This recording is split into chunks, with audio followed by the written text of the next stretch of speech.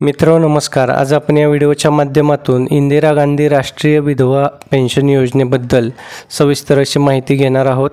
ही योजना नेमकी काय आहे, या योजनेसाठी पात्र कोण असणार आहे आणि त्यासाठी कोणकोणती कागदपत्रे लागतात, तसंच या योजनेचा लाभ घेण्यासाठी कोणाशी संपर्क साधायचा याबद्दलची सविस्तर माहिती आपण या व्हिडिओच्या माध्यमातून घेऊयात। तत्पूर्वी आपण आपल्या शासन निर्णय GR या चॅनलवरती नवीन असाल तर चॅनलला सबस्क्राईब करा आणि बेल आयकॉनला प्रेस करा, म्हणजे असेच नवनवीन आणि माहितीपूर्ण व्हिडिओ आपल्यापर्यंत सहज पोहोचतील।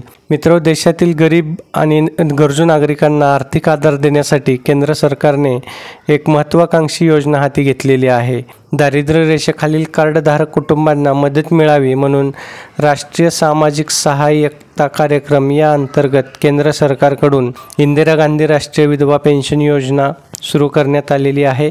या योजनेमुळे विधवा महिलांना दर महिन्याला ठराविक रकमेच्या स्वरूपात आर्थिक मदत मिळणार असून या योजनेचा उद्देश समाजातील दुर्बल घटकांना आर्थिक स्थैर्य देणे आणि त्यांचे जीवनमान उंचावणे हा आहे। मित्रहो, इंदिरा गांधी राष्ट्रीय विधवा पेन्शन योजना दारिद्र्य रेषेखालील कुटुंबातील 40 ते 59 वयोगटातील विधवा महिलांसाठी आहे।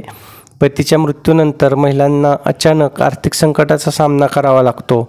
अशावेळी त्यांना थोडासा आर्थिक आधार मिळावा आणि त्यांनी स्वतःचा व कुटुंबाचा सांभाळ करावा, यासाठी सरकारकडून दर महिन्याला ठराविक रकमेची पेन्शन दिली जाते। या योजनेचा मुख्य उद्देश विधवा महिलांना आर्थिकदृष्ट्या स्वावलंबी बनवणे, त्यांच्या दैनंदिन गरजा भागवण्यासाठी मदत करणे आणि समाजात सन्मानाने जगण्यासाठी आधार देणे हा आहे। आता मित्रो, या योजनेचा लाभ घ्यायचा असेल तर पात्र महिला भगिनींनी स्थानिक ग्रामपंचायत, नगरपालिका, जिल्हा समाज कल्याण कार्यालय किंवा संबंधित शासकीय विभागाशी संपर्क साधायचा आहे। अर्ज करताना BPL कार्ड, आधार कार्ड, वयाचा पुरावा, मृत्यू प्रमाणपत्र विधवा महिला भगिनींसाठी आवश्यक आहे। ही सर्व कागदपत्रे सादर केल्यानंतर संबंधित विभाग अर्जाची पडताळणी करून लाभार्थ्यांना योजनेचा लाभ देतात।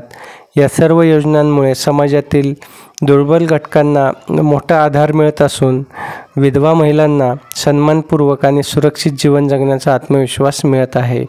मित्रो, व्हिडिओ आवडला असेल तर व्हिडिओला लाईक करा आणि जास्तीत जास्त महिला भगिनींपर्यंत हा व्हिडिओ शेअर करा। धन्यवाद।